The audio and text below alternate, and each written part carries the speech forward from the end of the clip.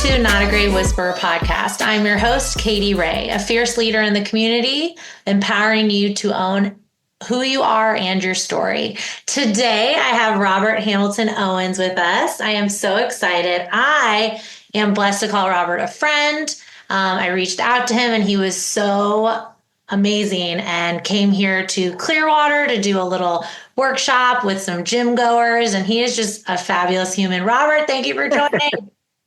Hey, I want to meet this fabulous guy. Thank you so much. He's a cool guy. You should meet him. Oh, good. So I love this question. It's my favorite. So if I ran into you on the side of the road and I was just like, who's Robert? How would you? I hope you have insurance. I ran you over on the side of the road. Yeah. Who would you say Robert is? Who is he? You know, I'm a survivor. I'm a overcomer. I am father of 5. I'm I don't know. I've been through a lot of life, and so people pay me to talk about all the mistakes I've made. Hey, that's not too bad. Wow, I think he's figured it out. Yeah.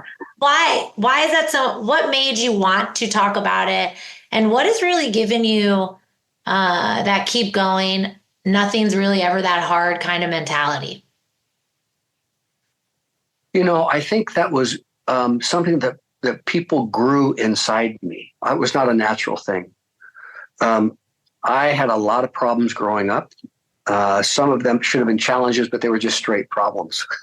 Problems are negative, challenges are positive. Mm-hmm. And the reason that I survived my childhood, my junior high and high school years is that men came up to me and said, hey, you're a good guy and you're smart and you're able. You should not be in jail. You should not be in trouble. You should not be acting the way that you're acting. You got some talent, you. And it seemed like elementary school, somebody would come along. Junior high, somebody would come along. High school, my coaches came along, and they all said, hey, Robert, don't live stupid. You're smarter than you're doing. And then somebody said to me, gosh, in my early 20s, hey, Robert, you have special ops in you, special ops military stuff. I said, no, I don't. I've never been hot at anything. I've never wanted anything. I'm a last place on a team kind of a guy. And they said, that's because you got snakes in your head. You don't think right. But you have way more talent than that.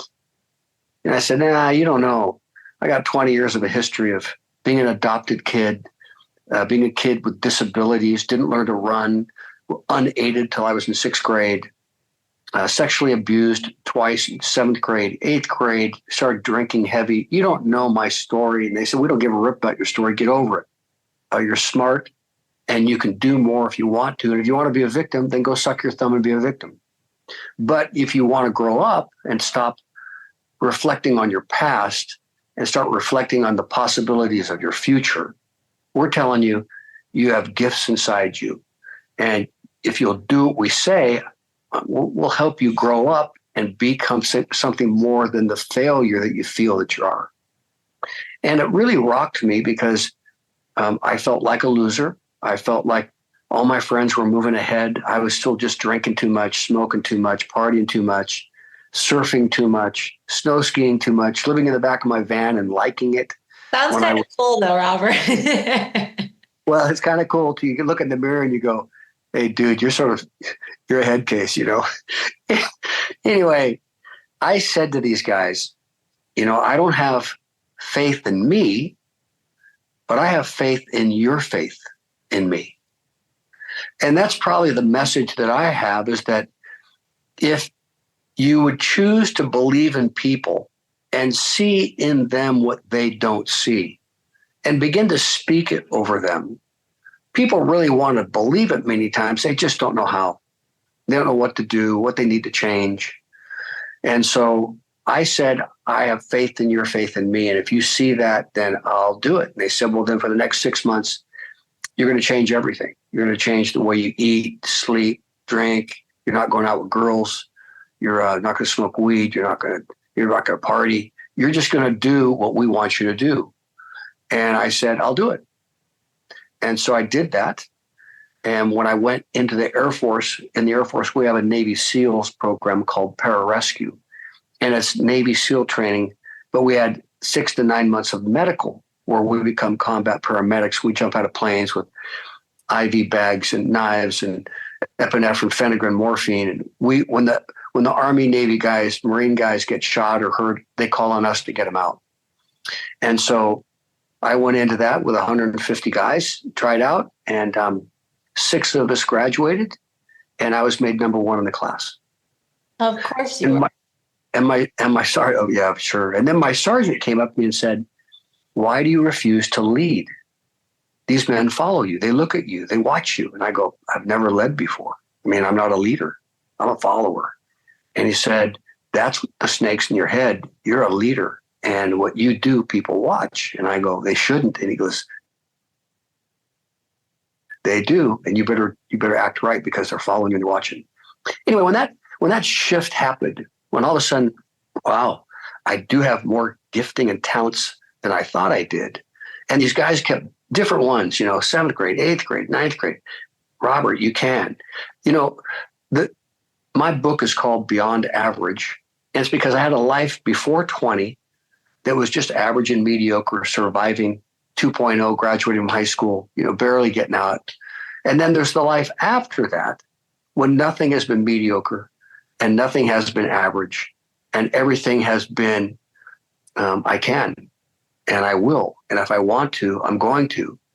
And my life radically changed after 20 because of the confidence that people spoke into my life. Not that I had that confidence, but they had it for me and they saw something in me.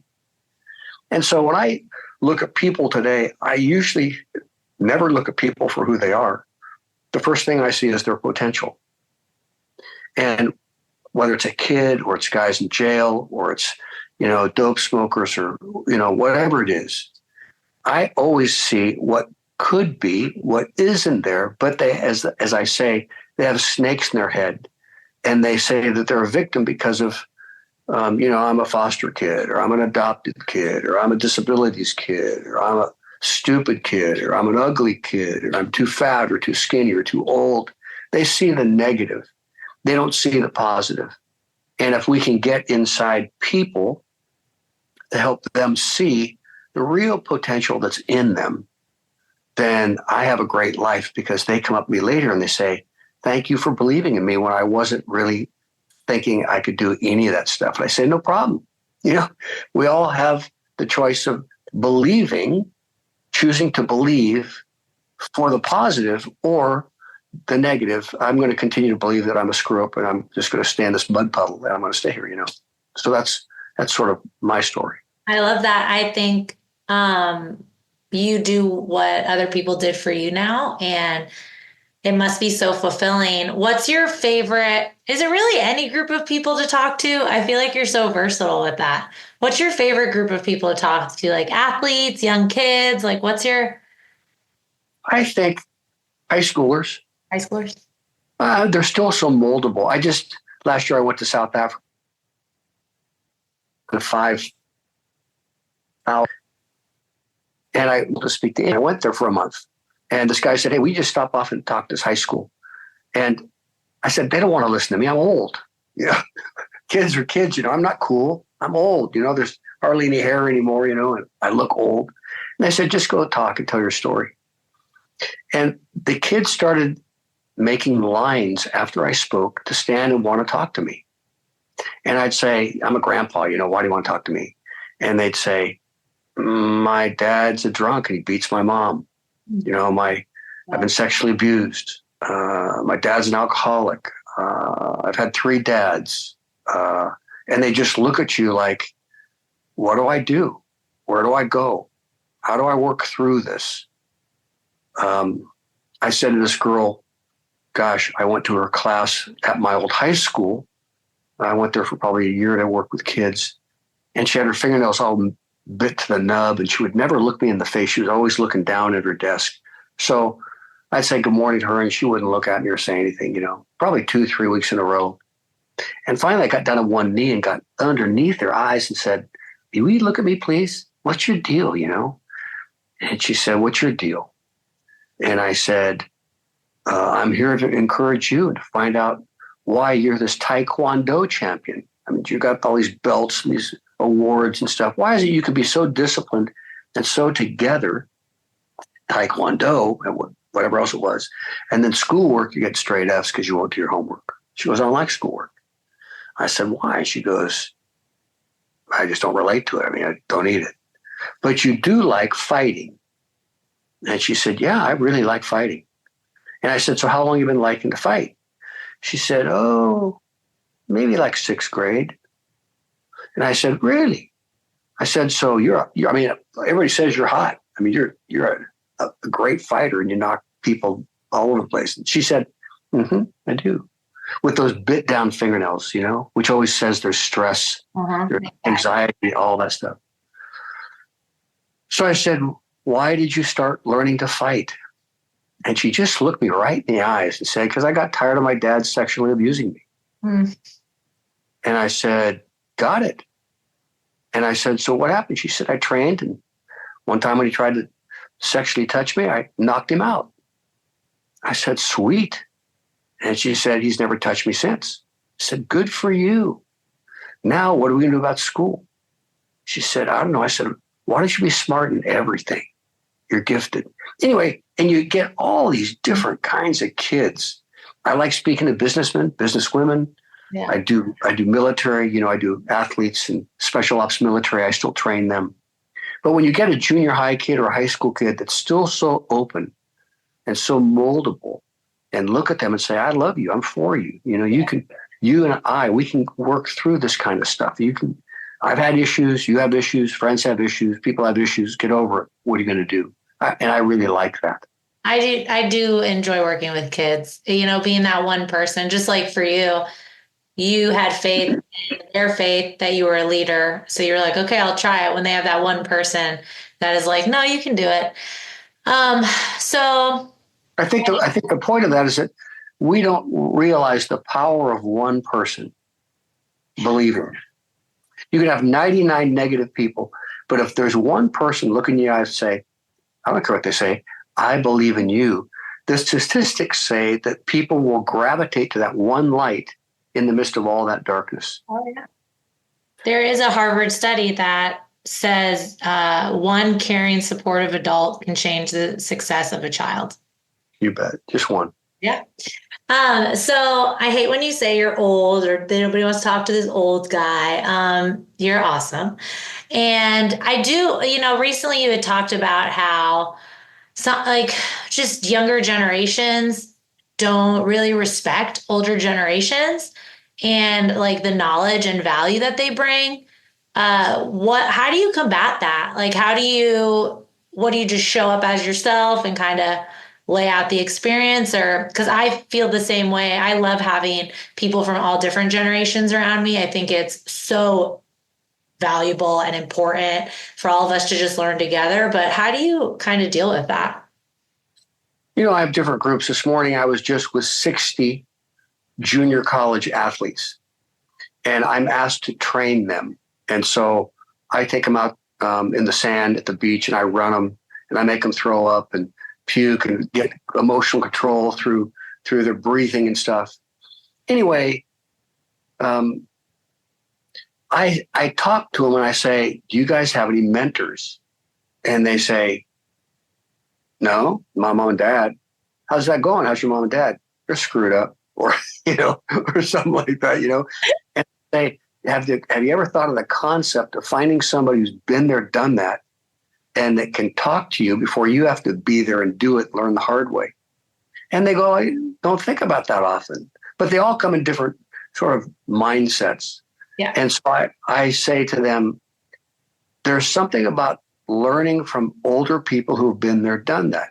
Like my generation, you should worship me because we created rock and roll, and you're still listening to our music, and we're not listening to your music, but you're listening to our music. And they look, I go, so you ain't got nothing on it. That cracks the ice a little bit, and, Anyway, I get in, I try to dig into that thing to the group or to a person and say, how do you want to learn? The hard way or the smart way?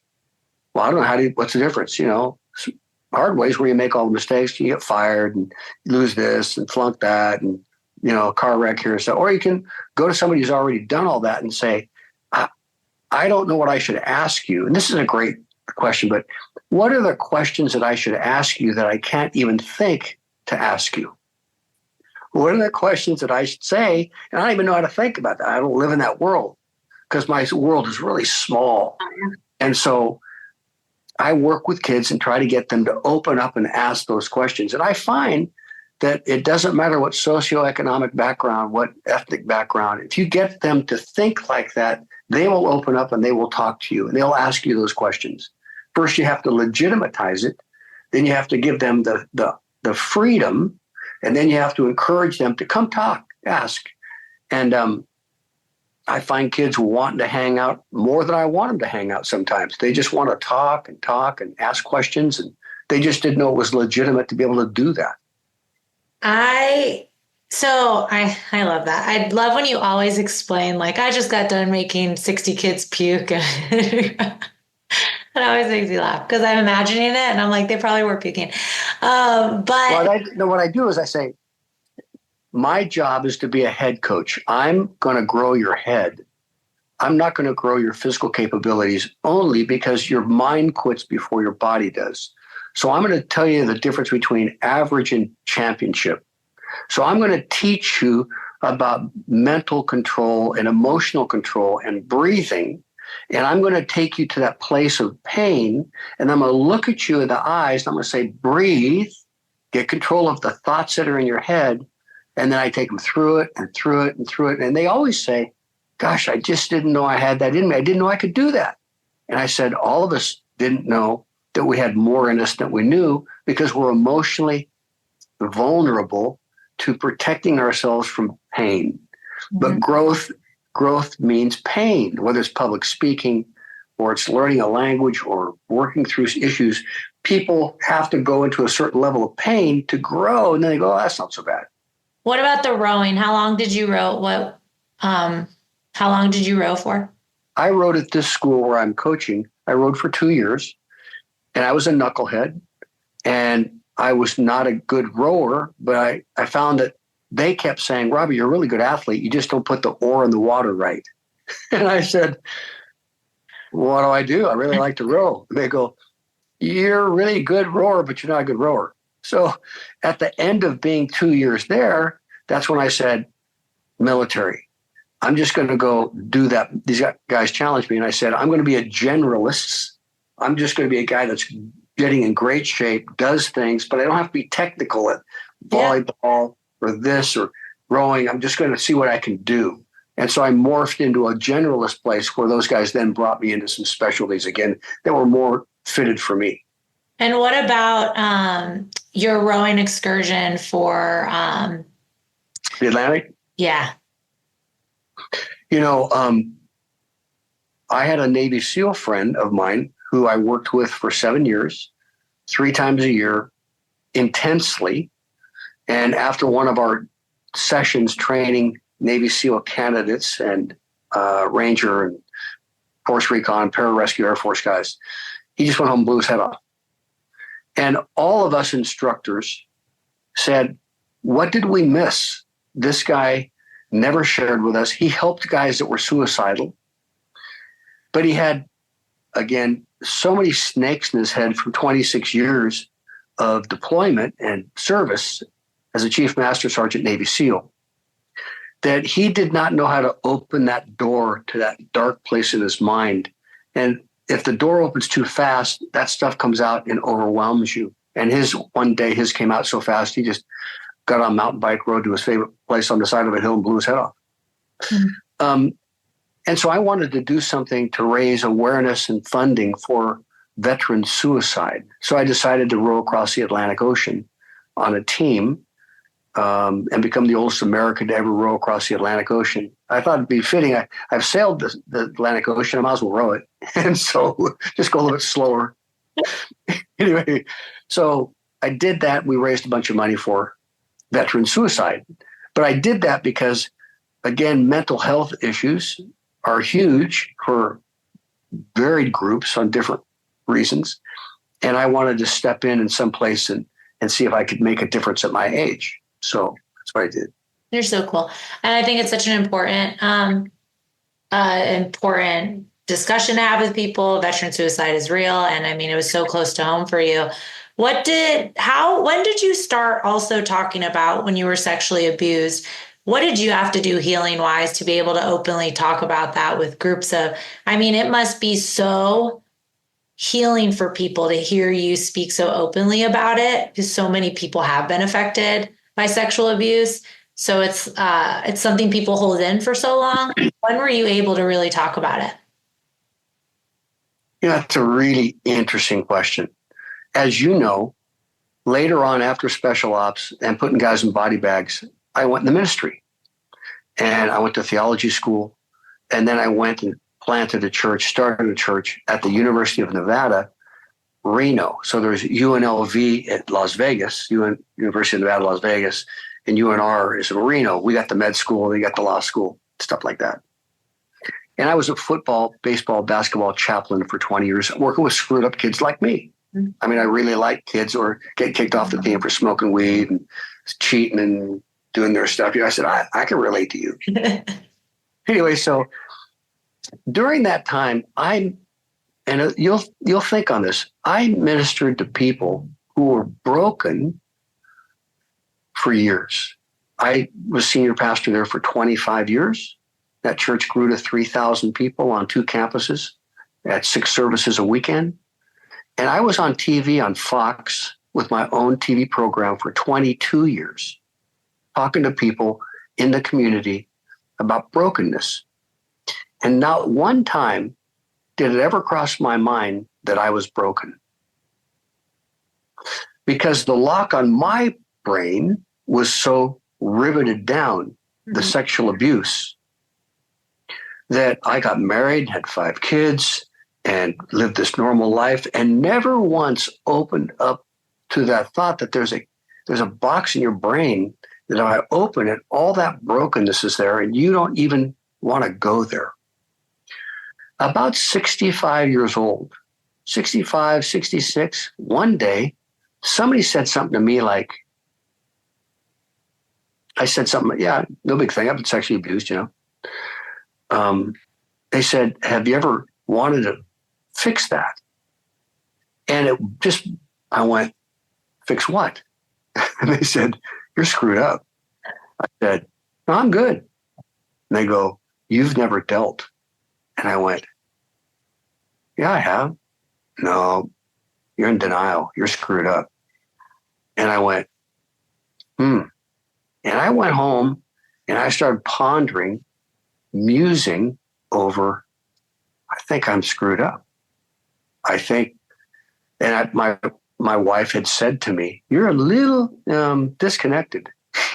you're a little locked up inside. I mean, you're not in a lot of contact with a lot of things. I said, yeah, I am. I'm a pastor in this church. No, you got issues.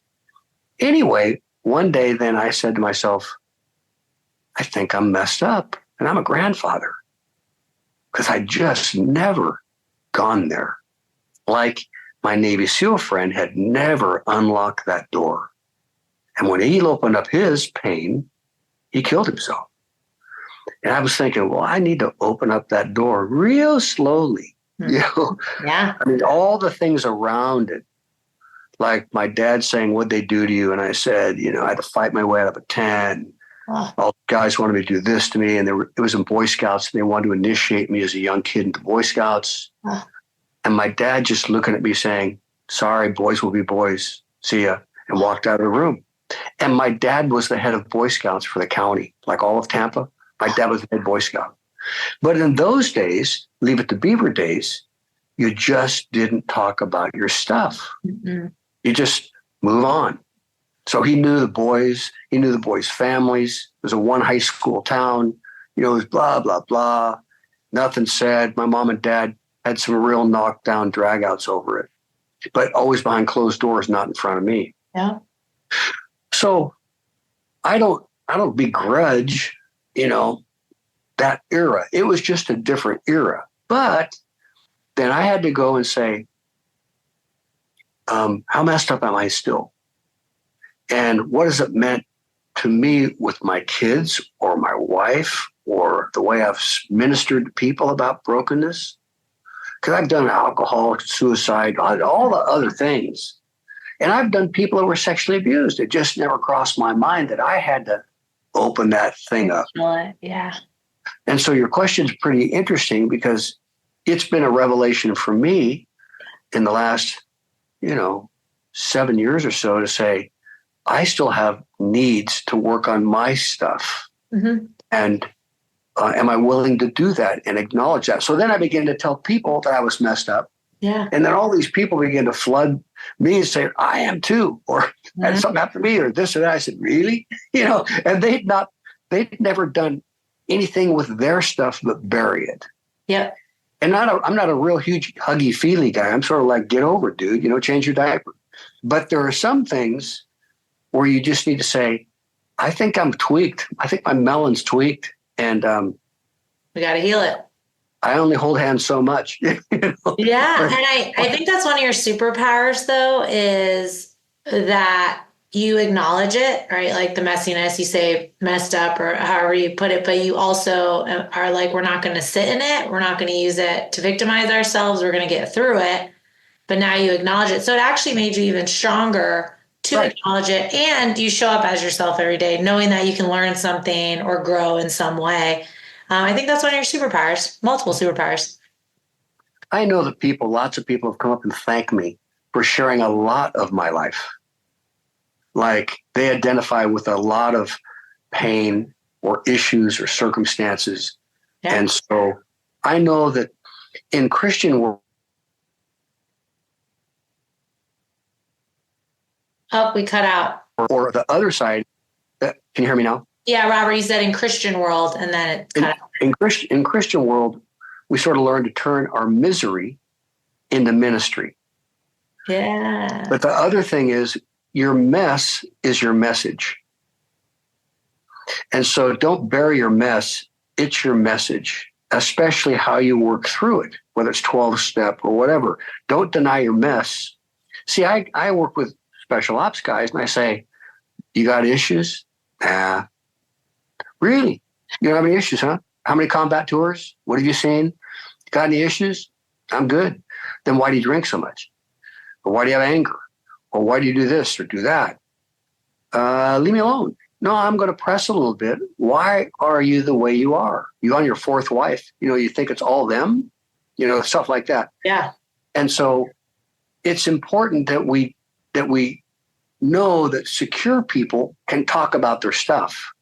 Insecure people cannot talk about their stuff because it's too much about their outside, how they're going to be perceived. Mm-hmm. They're not strong or capable to deal with it. Say, get over it. I'm fine. I worked through my stuff, still working on my stuff. And we say to our guys, if you tell us you don't have issues, that's how messed up you are. Because everybody's got stuff. We all have issues. Yes. Everybody. Doesn't matter what your background. If you lived here long enough, you've got issues.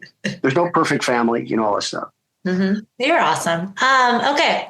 Well, you kind of left with some cool stuff with your mess is your message, but is there anything else you want to leave? How do you want everyone to remember RHO, our billion listeners? I want them to first contact you, and I want them to contact you and say, this is what I got out of that message with that guy. He's a jerk, or he's a nice guy, or he's old, or he's whatever, I want the listener to write Katy Rey email and say, this is what I liked about that guy or didn't like about the guy. And this is what I got out of it. And this is what I hope you would do next time with the next guest. These are the kind of things that I need from your guests so that the people who follow you can help you tailor the kind of people that you bring in, because you're doing it not because you want to interview them, you're bringing them in for the audience, and the audience then appreciates you for what you're bringing to them. So and that's the first. Selfishly too, I want to interview you. But go on. Well, I mean, there's so many people. There's 52 weeks a year. There's so many people that your listening audience would enjoy hearing if they could hear them. Mm-hmm. But they need to tell you what it is that they're getting and what they would like more of. Okay. So that's first. Second of all, how do I want to be remembered? A guy that's in process. Cool. a guy that's been working on his stuff since he was probably 20. Yeah. The 20s, the 30s, the 40s, the 50s, the 60s, now the 70s, and I'm still working on my issues.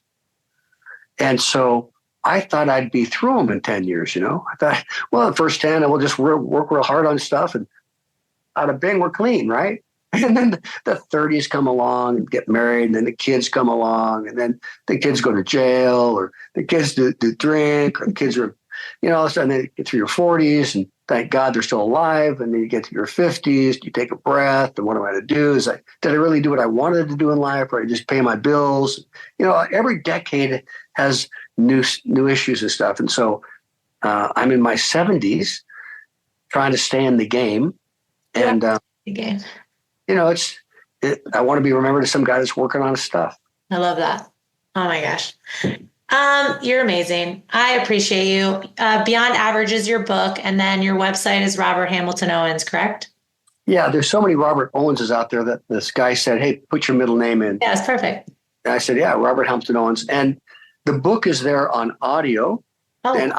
And I narrated it, which was way I more. didn't know that. That's so cool. Well, I'm laughing when I'm doing the book all the time because I'm saying the editor wouldn't let me put this in, but I'm putting this in there right here, and I'm laughing. And the guy that's taping me is looking at me, and I'm going, he goes, did you really mean that? I go, yeah, while I'm doing the book, So it was much more fun doing the audio book than writing thing. Oh my so God. that's it. But they can contact me. Here's my phone number, 949-542-9600.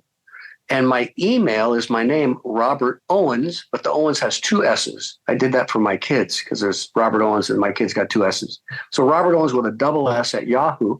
And I get letters from Europe and South America and China and emails, from, I heard one of your podcasts. Can I really talk to you? And I say, yeah, what do you want to talk about? So call me. I had a guy last night call me and say, I'm doing my first Ironman. I'm in Florida. What do you think? I used to go to college with you 40 years ago. I haven't seen you. Can you give me some tips? I'm doing Ironman Florida coming up in the fall.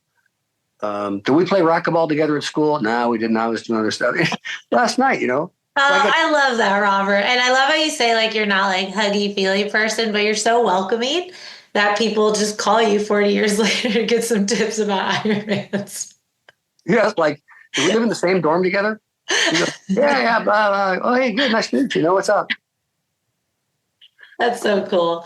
You're one of a kind, and I appreciate you so much taking the time today. You can find Robert on my website, katyrey.com, at The Real K Ray, Not a Great Whisperer podcast. I can't wait for this episode to get launched, and I appreciate you.